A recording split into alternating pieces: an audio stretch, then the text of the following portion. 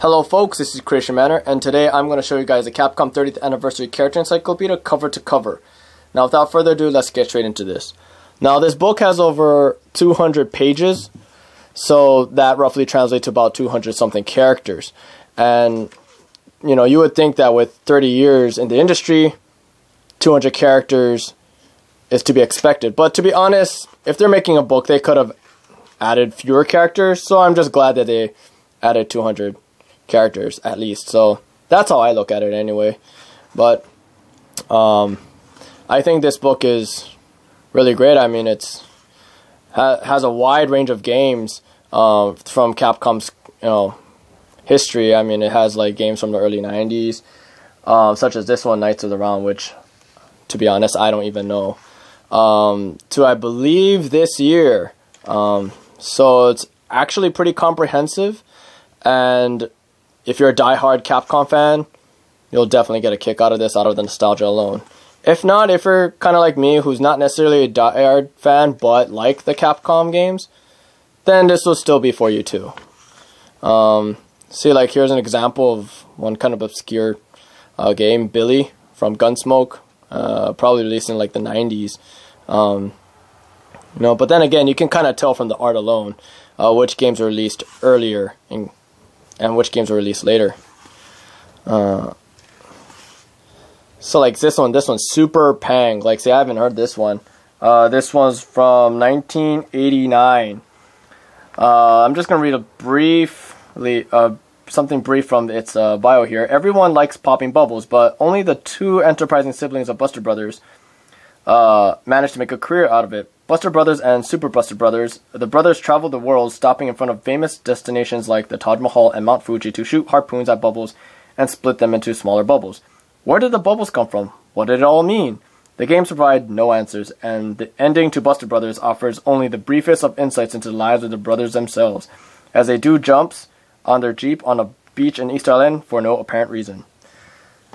So I mean, what most people think of Capcom is like, Resident Evil, Street Fighter and stuff, but they would never think that this as Capcom, Super Pang, I mean, bubble busting as a game. Like, see another prime example of just looking at the art to distinguish Capcom's history. So Chicky Boys. Got a Chicky Boy 1 and Chicky Boy 2. I'm just skimming fastly here. The two Chicky Boys make a potent team against the walking beans, blue-eyed skeletons, and boxers-clad vampires that have brought strife to Illyria. I didn't know boxers wanted to wear, vampires wanted to wear boxers in the first place. Alright. Another weird one. Cosme from Under the Skin. Apparently released on 2004, so okay, not as early as I thought, but still an interesting character from an interesting game. Savage Bees. Colonel Sergeant from Savage Bees. Oh, this got to be interesting. Released in 1985. Again, I'm going to read a little bit from the bio. On a different world, 6,000 light years away, the local humanoids biologically engineered giant bugs known as X's for unspecified industrial purposes. This turned out to be a bad idea. The X's turned on their Negnin and began building their own secret weapon known as X's. Alarmed, human scientists quickly developed two ships dubbed Colonel and Sergeant and sent them to wipe out the X's for good. Alright, fair enough, Capcom. That was actually pretty interesting. Oh, and of course Dante.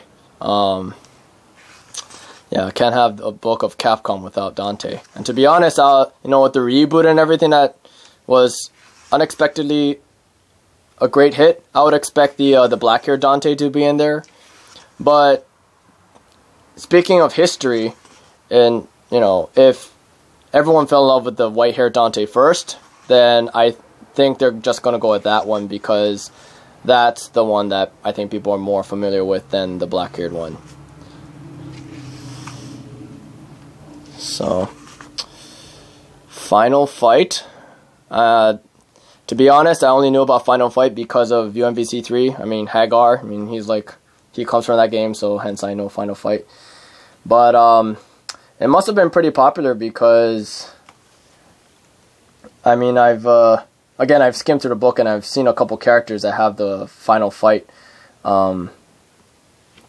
thing right there. So definitely, it's must have been popular back in the day. And Killer 7, never heard of this one before. Looks like he's a wheelchair-bound killer. Interesting. Hayato Kanzaki. Yeah, moving on. Oh, and here we go, final fight. So, I mean, not even a couple pages from Guy that we get another character.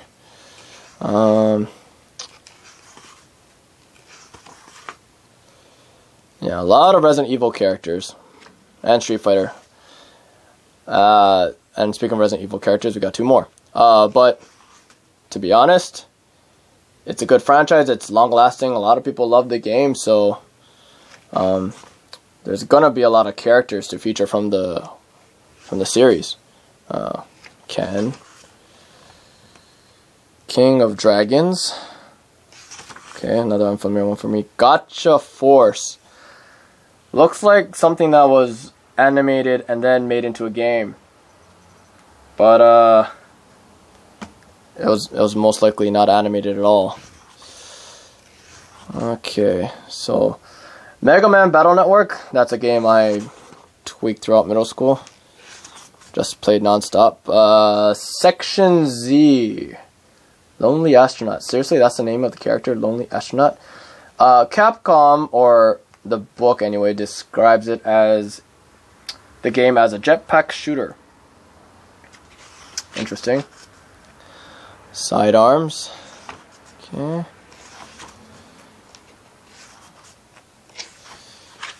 Oh, and here we go. Capcom's mascot, if you would like to say, Mega Man. Oh, and Mega Man Volnut. Fair art. A lot of people want more Mega Man. Hagar. Yeah, they used UMVC3 art for this book. Not complaining, like it. Whoa. Momotaro from Higemaru. Let me just read this one a little bit too. Pirate Ship Higemaru was one of Capcom's first games and the only game from the company's first year to be passed over for Western localization. In parentheses, it was eventually localized for the Capcom Classics Collection and online Capcom Arcade Cabinet. The game is an action puzzle title set within a maze of barrels on the deck of a ship. Sailor hero Momotaro fights off invading pirates, by picking up the barrels and rolling them either vertically or horizontally, knocking any enemies they touch overboard. You know, speaking of hitting enemies with barrels, it kind of reminds me of Donkey Kong. Okay. Wow. Oh, see? They got Nilan from Remember Me. God, I mean, this just came out like earlier this year.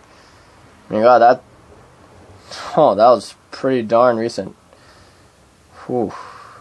You know, I never played the game myself. I really want to try it because the concept of like memory alteration and stuff really piqued my interest. But I asked a friend and he said it wasn't really that good because you only can do that like maybe like a couple times in a game. So I might not play it anymore.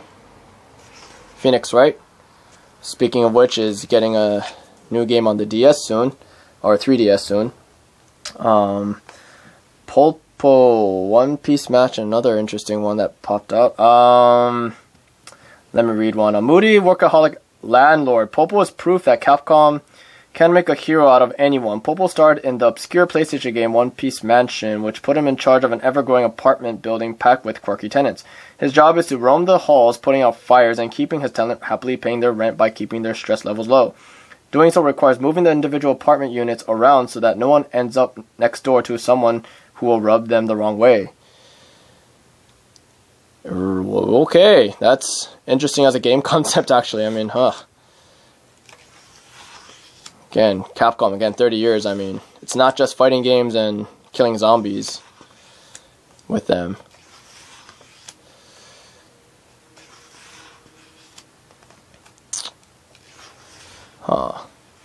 Power Stone, Rival Schools.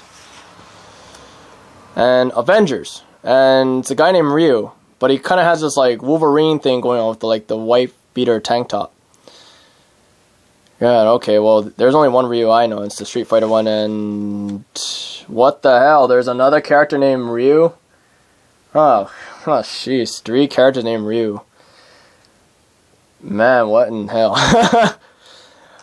When it comes to Ryu, this one right here. This is serve bots from Mega Man Legends. I swear, if it wasn't for that debacle with Legends, I think a lot of people would like Capcom more. Beautiful Joe. Finally, our first character from Beautiful Joe. And yep. Ghosts and Goblins, Arthur.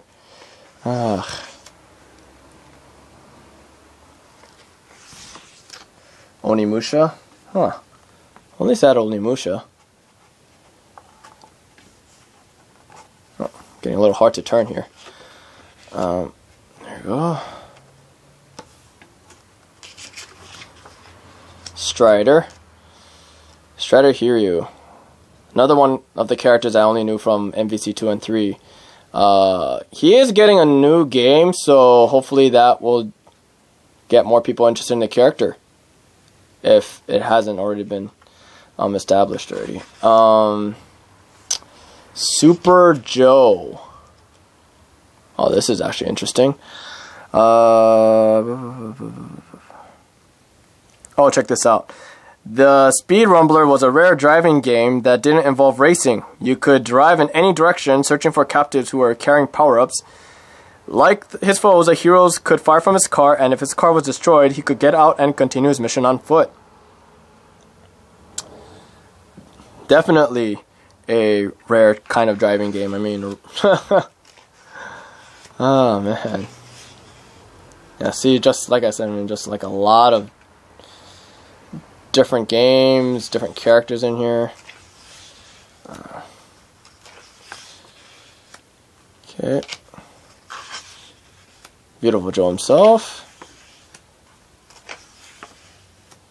And we're near the end.